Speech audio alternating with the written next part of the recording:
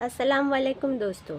आज हम देखेंगे कौमी यौम तालीम दिन 11 नवंबर एजुकेशनल डे पर 10 लाइन मजमून नवेसी। नंबर 1, कौमी यौम तालीम हर साल 11 नवंबर को मनाया जाता है। 2, ये दिन मौलाना अबुल कलाम आज़ाद की पैदाइश के दिन के तौर पर मनाया जाता है। 3, मौलाना अबुल कलाम आज़ाद जो आज़ाद भारत के पहले वज़ीर तालीम थे। 4, उन्होंने तालीमी निज़ाम को मजबूत बनाने के लिए अहम किरदार अदा किया।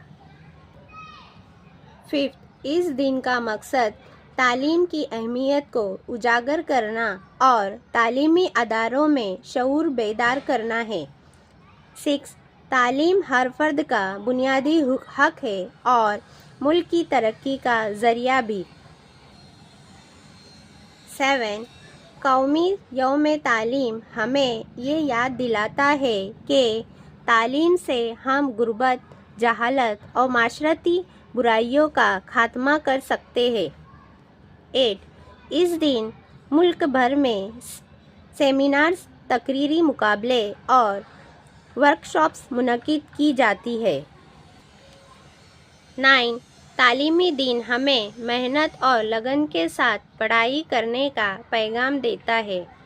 10, तालीम याफ्ता माशरा ही तरक्की की जानिब बढ़ सकता है।